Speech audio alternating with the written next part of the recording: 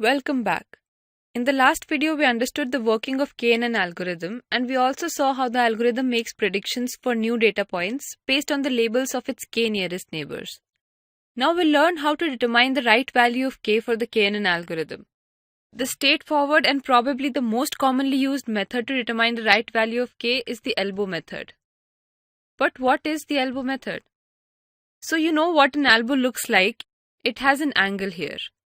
If you see in this image, when we go along the edge of the elbow, there is a sudden change in the direction.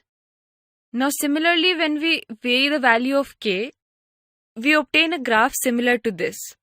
So let us see how to determine the right value of k using the elbow method.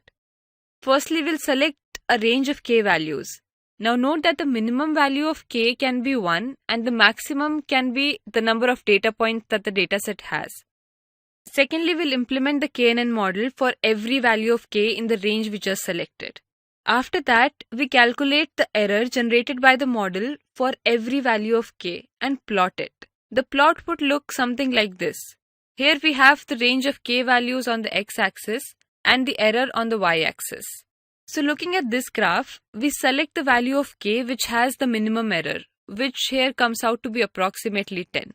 Since this graph has the shape similar to an elbow, it is often known as the elbow curve.